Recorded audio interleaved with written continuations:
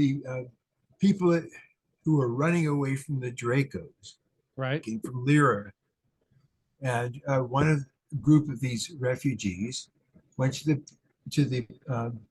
Syria, and they tried to get a organized kingdom in the Syrian group of all these refugees who were running away from the Dracos who invaded the home planets in the constellation Lyra. So the other people in this monarchy didn't want to follow these guys, so they settled Nibiru. That's the planet that the Anunnaki came from. That's where they came from. And so they knew all about Nibiru. Nibiru was a remnant of a Sirius C, which had gone nova, and its corpse formed the red dwarf known as Nemesis, around which Nibiru orbited, and it also came through our solar system, as you can see in this drawing there. The orbit of Nibiru, as you can see, takes it between Mars and Jupiter, then it goes a real long way away, and then goes around its primary, which isn't our sun. Its primary is Nemesis, which is the remains of Sirius C. Okay, so next slide. I can just do this. So what went down on Nibiru really affects us to this very day. Okay. They had a war that was so big that it was a whole kingdom of the north against the kingdom of the south, and they all had nukes. And when they let loose those nukes, it was a hot time. I mean, everybody got burned. Men got sterile, wiped out. Hardly any, it was like they didn't even know if they were going to survive as a species. There's a couple of their war captains. They wear these eagles masks. These are commanders. These are royals. Okay. All right. It's a terrible war. I mean, it just afterwards, and it was terrible. And so they pulled it together to stop this war before it was too late. Survivors had a truce. The North and South drew lots rather than have any more war, and they decided that whoever won the lottery, or however they did their drawing, would be the guy, the king, and the queen would come from the north or the south. The guy from the north won. His name was King An, A-N. Okay. Yeah, we talked about He was that, a big dynasty. And but this shows that, you know, that the way things were. This is exactly how the king's at the head of his table is King An. He's the first one, and he was a military dictator. And his nobles, which mostly his kids or his nephews, made sure that what he said went. That's the model that these guys from Nibiru had. And they had a big capital. It was called Agade. They'll later on name a Sumerian city after that. But they used their pyramids to take energy from the planet itself, and with the shifts, diurnal shifts underneath, and they make electricity. They have this well-lit, beautiful palace, and they have space travel. That's part of who these people were. These are warrior people who would be royals who nobody wanted to follow, so they basically fought among themselves, and this is how they finally settled a unified planetary dictatorship. Okay.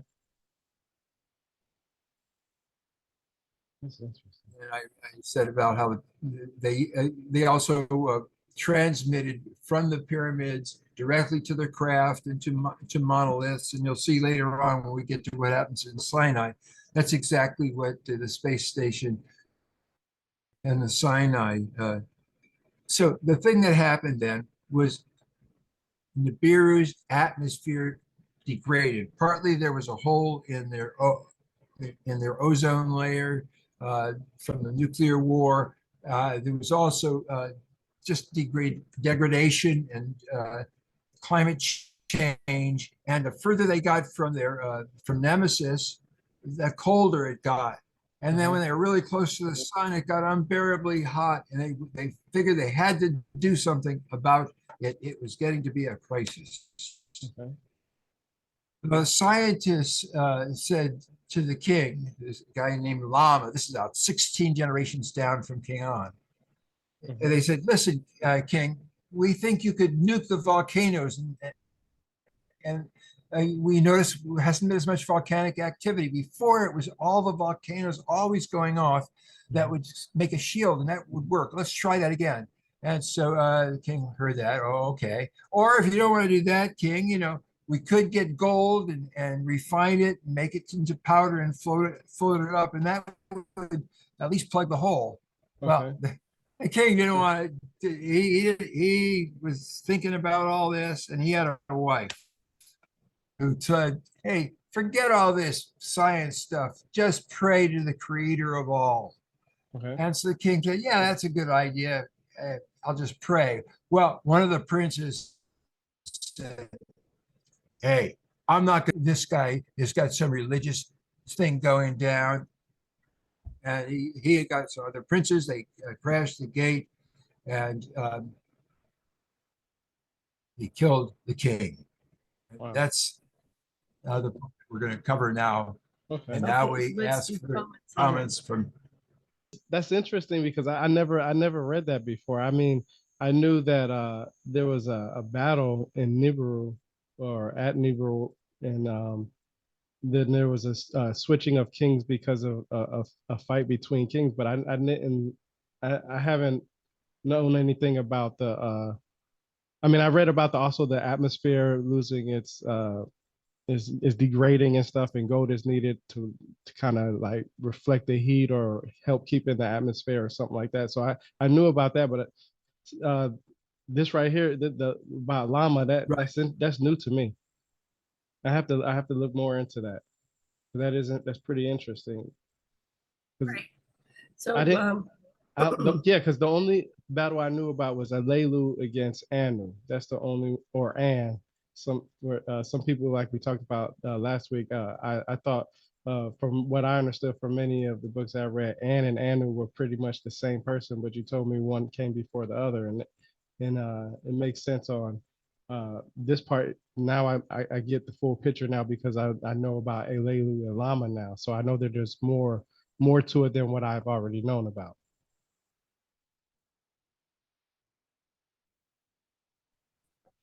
so this whole my voice isn't working. This whole thing with the backstory. This is how women became second-class citizens, because the men that were left needed to breed with more than one woman in order to maintain the species, Okay. because they were going extinct. And so then they got into arguments about which child from which female was higher ranking, and who was going to be the successor for those. So this is the beginning of becoming second-class citizens, hierarchy within the hierarchy about which female, which queen, the concubine, whatever, whose child. It was always the male. They started the female children as the queen. It was always about who's going to be the king, and then the king gets to select his queen. So anyway, I think we're only at 10 minutes, so you might want to do a little bit more. But go Well, I ahead. wanted to say some more about That. this, if that's okay. They had royal lineages that were competing for the throne, and very often the basic rule that King On asked was this: you should marry your sister by a different mother, but has the same father. That way you'll keep the lineage within.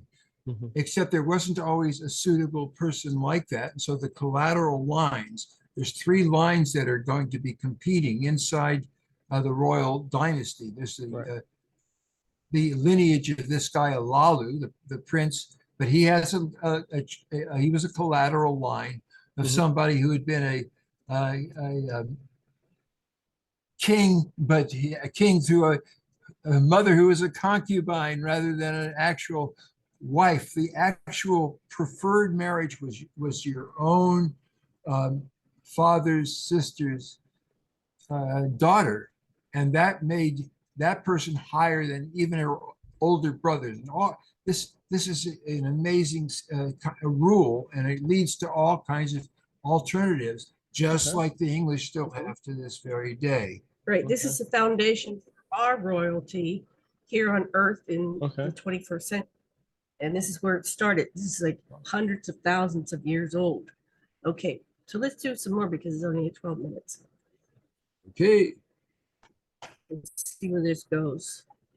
so the guy that the prince that was led the revolution was Alalu, Okay. and he said straight away, he said, "Look, this other guy came forth and said, hey, Lama's dead, so now I'm supposed to be king. I was next on line." This guy named Anu, he was the pretender. Okay. And Alalu, who just killed the other king, said, hey, no way. Let's not have more war. Look, let's bring our lines together. My daughter, this beautiful a woman, Domkina, can marry your brilliant son, Enki. He's your best scientist anyway. Their son will have your kid's brains and my family's good looks. So, so their son, your son and my daughter will get married. And you know what? You'll be like my prime minister. We'll call you my cup dealer, cup bearer. But that way we won't have a civil war, and there'll be peace in the Bureau, and we'll all prosper. How about it, boy? The thing is, in order to do that, to make Enki free, this is the guy. His name was Enki. In those days, his name was Ea. Okay. It means waters, but we'll come to what his name meant. But in order for him to, this is the son that's supposed to now do this dynastic marriage. Problem was he was engaged with this beautiful sister of his already, Nimma, his half sister, and they were fiancés and everybody, they were just in love and all that sort of stuff. But anyway, Enki did marry Damkina, and they did have this prince, and his name was Marduk. Okay. Now the deal is a real important deal because it's still being fought out today. Marduk is supposed to be next king after Alalu isn't king anymore. That was the treaty, and Anu agreed to that treaty, and they had writing and stuff, and they signed it and all that sort of stuff.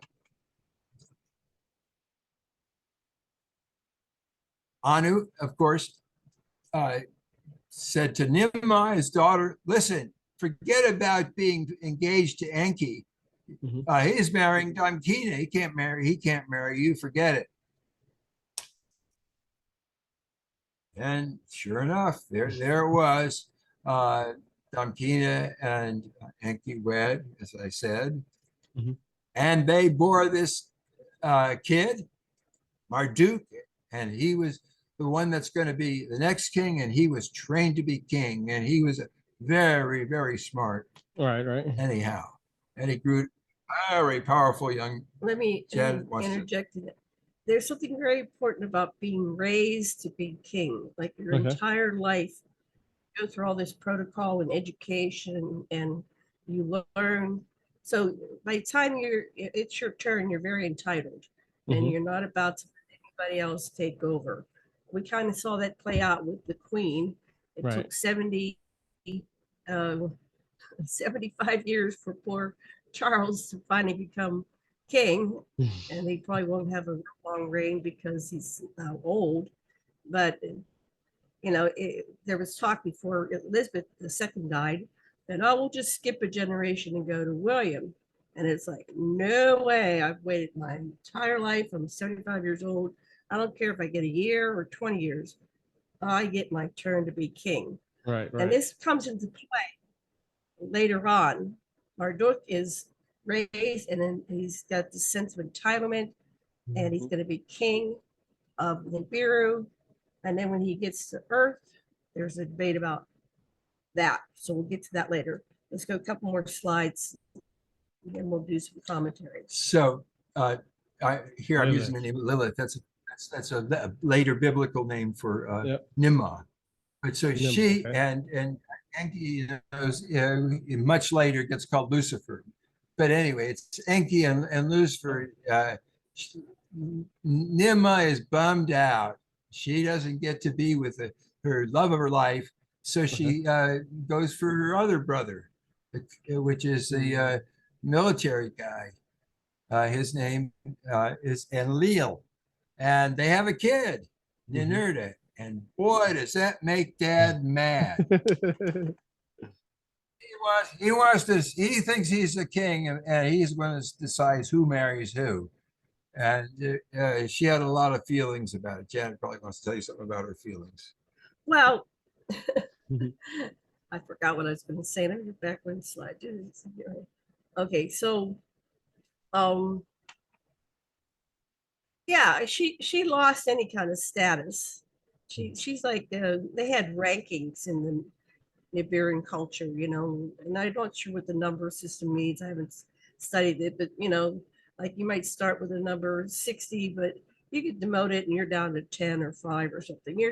You're way down. You're always 10 lower than your husband. Yeah, you're always yeah. So anyway, she's out of this. She thought she was going to be queen. Her children were going to be kings and all royals, and she's just nothing. So she, brokenhearted, falls into Enlil's arms and has Ninurta. Oh, that's what I was going to say. And Anu called, what do you call it? He said, "You're no longer cursed. You're cursed." Blackened her. In those days, they said you were blackened. It's like you are erased. You are cursed. You are. But originally, Enlil was cursed as well. But it's still this whole hierarchy. And he said, "You shall never marry anyone." Right. So it ended up she was never allowed to marry anyone, but Enlil, because of the way things came about, Anu wanted Enlil to reproduce and have children because Enlil became, and that's down the line. We won't get, that's just a preview. Okay, what's next? Is this a good point to end? I don't, you know what the next slide is. What is the next slide? It shows Enlil and okay, it's just a picture of and Lilith, and this is a standard picture of how dashing. There's an artist's conception of their tryst. Okay, let's see what's next. Okay, so go ahead. This is a good right? Yeah. Keep going. Okay. Well, so we're kind of where we are. Let's do comments. Okay, so Anu is king, and he is not king. Alalu is king at this point. Okay. Anu is just he thought he was getting the job maybe as prime minister, but what he really got is to be the kick around boy. And Alalu knew that he had to keep his eye on Anu. And so that's what was really behind it. Okay. Tyrone, any feedback, comments, No, interjections? I learned something new about Lilith. I knew that I knew a lot of people wrote about how Lilith came later on, I guess through Judaism or sometime during that time frame, and learning that she could be who did you say she was? Nimrod again? Lilith? She's been confounded. What happens is as these people move through different cultures, they take on names from their culture. And so much later writers of the Bible made her and Lilith the same, but it's Enki's mate and soulmate. Okay. That's interesting. I'm glad I know that because I'm actually going to look up on that more. I wanted to write an article on that when I knew a little bit about Lilith, but then I knew there was some more to it. So I had to hold off on there. I have it already pre-written. So yeah, I'm definitely going to look more into that part now because it helps me out for this article that I want to write. Where is it? How do we see the whole thing? Here's the whole thing.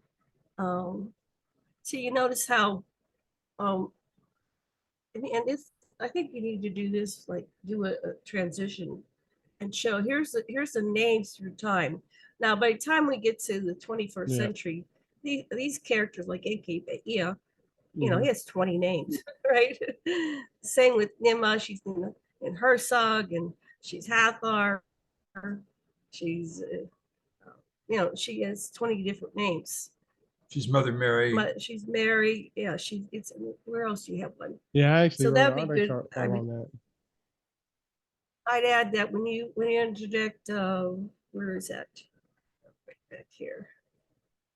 What's that? Where's the I slide where they were? You ever heard of the Egyptian god Khnum? I think it's spelled Khnum. Khnum, I think that's how you spell it. He Yeah, I can't remember exactly Who's- how to we- say it. we're working on tying it all together. Yeah. Here, right here. I would say I would put parenthesis Nima, Lucifer, you know, Enki, whatever.